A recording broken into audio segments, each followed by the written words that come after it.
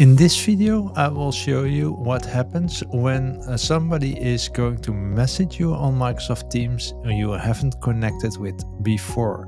But first, I'm Paul Keizers. I help businesses with Microsoft Teams and Copilot for a living. That's why you can be sure that after watching this video, you will know everything about how users are sending messages, how to add them, how to block them. So let's dive into it. Yes, I have here an environment and it's totally empty. And what is going to happen? I'm going to send a message from an unknown account. So here we go.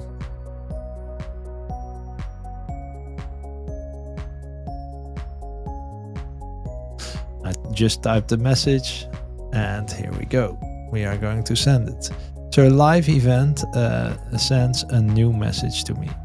I'm going to the message and what I see that this message has been sent from live account, live event at kpworks.nl, which is fine actually.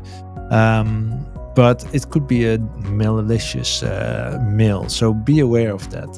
Now, what you get with Teams is that you will get this message. Live event wants to chat with you. It's a person outside of your organization. Do you want to talk with him? And you can preview the message. So I'm going to do that. I'm going to preview. Okay, this is what he says. And I still have the possibility to block or accept the message. I cannot reply at this moment. So at this moment, it's all it's impossible to reply. So what I will do is I will block this person. And when you block, they can see your status. They can still be able to see your messages in group chat. So if you are in a group chat, they still will be able to see it. And so I can block this person.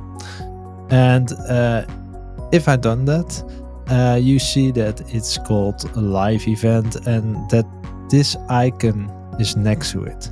Now, of course, what happens over time, it will go down in your feed.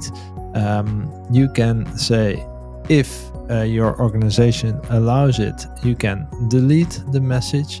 But I can also say, okay, you're fine. I'm willing to talk to you. I'm going to unblock. And then I get exactly the same pop-up as with the preview. And now I can say, okay, I want to accept him. And then we can start a conversation.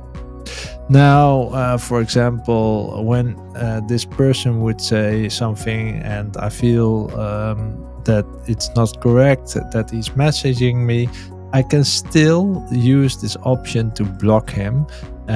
We have it over here. So if I click on block here again, then I can block this person again.